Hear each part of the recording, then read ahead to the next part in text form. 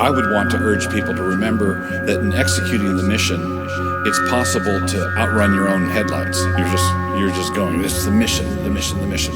Well, sometimes that's a way of wasting your mission. Sometimes you miss the mission because you're too eager for the mission.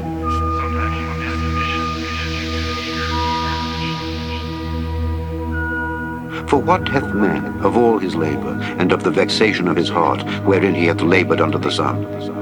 For all his days are sorrows, and his travail grief. Yea, his heart taketh not rest in the night. This is also vanity. There is nothing better for a man than that he should eat and drink, and that he should make his soul enjoy good in his labor. This also I saw, that it was from the hand of God.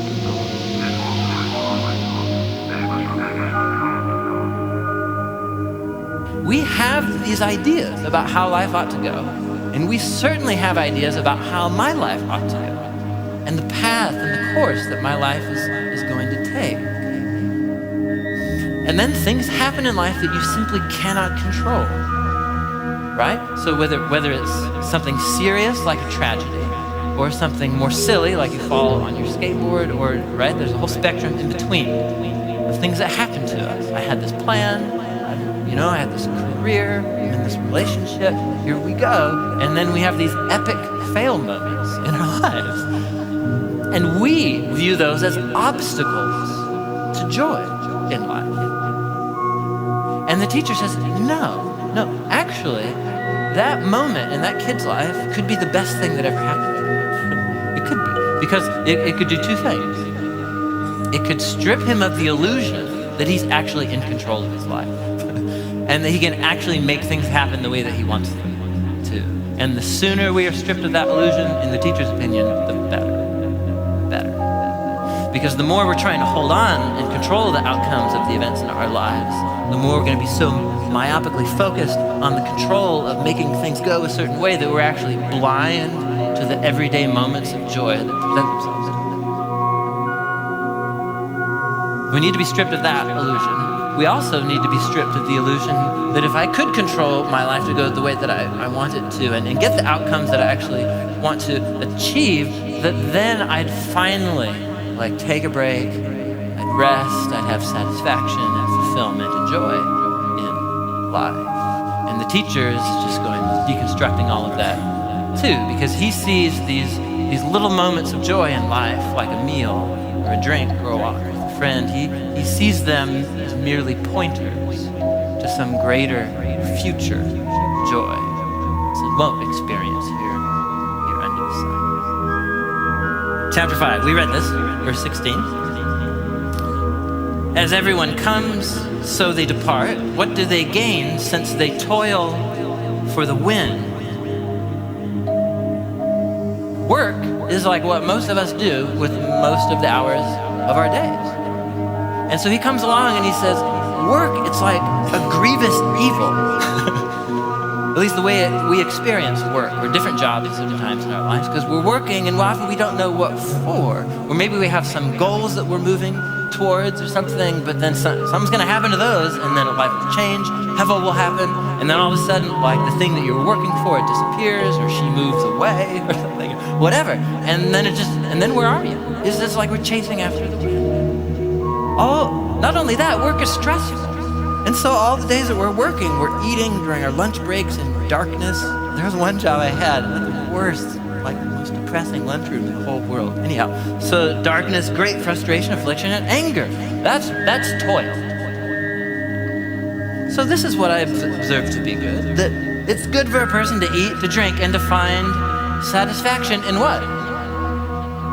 In what? What does he say? In your work. In your work. Well, wait, which is it? Somehow, there's two ways to approach any of life's same circumstances. If I'm a person that's clamoring for a certain outcome in my life, what the teacher is saying is what's in store for me at work is frustration, anxiety, affliction, and anger, and sitting in dark lunchrooms, right?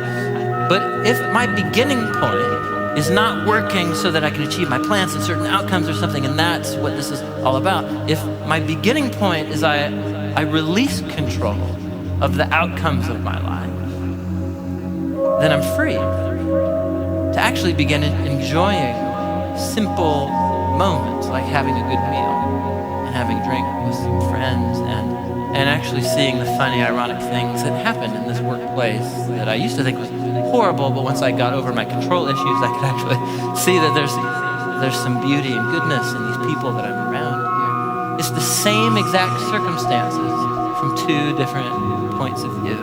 And actually what he's saying is being frustrated with your work and finding that it's hevel is the key to finding joy. Are you with me?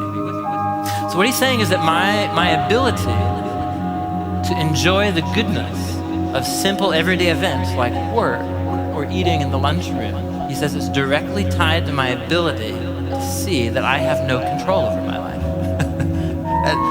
and some of you that might be like, what? That doesn't make any sense to me. And that could be a sign that I still actually am working under the illusion that I have control over my life. But there are some of us who have been in a whole bunch of life circumstances where time or age begin to wizen you to the fact that you can have the most noble intentions and plans and goals.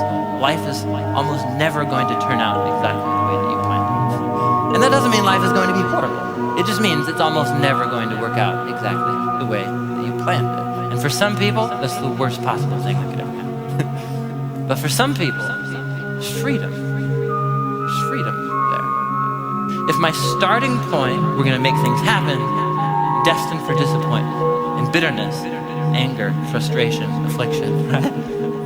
But if my starting point is, I have no idea where this thing's going to go, and I can't control it, I begin by acknowledging my powerlessness. I release the results to God.